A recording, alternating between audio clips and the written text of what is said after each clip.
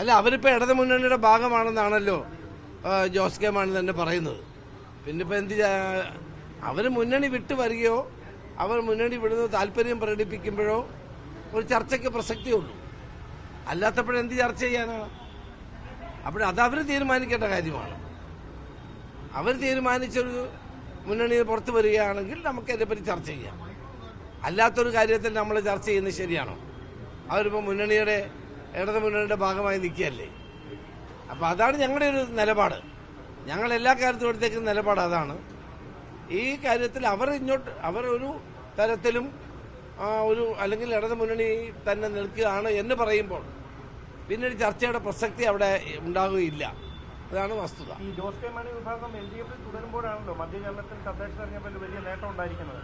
അപ്പോൾ അവരിവിടെ വേണം എന്നത് അവരുടെ ആവശ്യമാണോ അതോ UDF-ന്റെ ആവശ്യമാണോ? അത് അവർ തീരുമാനിക്കേണ്ട കാര്യമാണ്. ഒരു മുന്നണിക്കകത്ത് നിൽക്കുന്ന ഒരു കക്ഷിയെ ഞങ്ങളുടെ കൂടെ പിടിച്ചുകൊണ്ട് വരത്തക്ക നിലയിലുള്ള അല്ലെങ്കിൽ ഞങ്ങൾ അങ്ങനെ കൊണ്ടുവരാൻ ശ്രമിക്കുന്നത് ശരിയായ നടപടിയല്ല. അല്ലെങ്കിൽ അവർ പറയണം ഞങ്ങൾക്ക് താല്പര്യമുണ്ട് എന്ന് പറഞ്ഞാൽ നമുക്ക് ചർച്ച ചെയ്യാം. അല്ലാത്തടത്തോളം കാലം ഒരു ചർച്ചയ്ക്ക് എന്ത് പ്രസക്തിയാണുള്ളത്? പഞ്ചായത്ത് തെരഞ്ഞെടുപ്പിലും പാർലമെന്റ് തെരഞ്ഞെടുപ്പിലും UDF-ന് വൻ വിജയമുണ്ടായി. വരാൻ പോകുന്ന പാർലമെന്റ് നിയമസഭാ തെരഞ്ഞെടുപ്പിൽ UDF 100 സീറ്റുകളിൽ കൂടുതൽ നേടി അധികാരത്തിൽ വരുമെന്ന് എല്ലാവർക്കും അറിയുന്ന കാര്യമാണ്. അത് ഒരു സംശയവുമില്ല. കേരളത്തിലെ ജനങ്ങൾ UDF-ന് അനുകൂലമായി ചിന്തിക്കുന്നു. ജനങ്ങൾ ആഗ്രഹിക്കുന്ന ഒരു ഭരണ മാറ്റമാണ്. അത് മനസ്സിലാകാത്ത ഒരാൾ മാത്രമേ ഉള്ളൂ. കേരളത്തിലെ മുഖ്യമന്ത്രിക്ക് മാത്രമേ ഇത് മനസ്സിലാകാവൂ.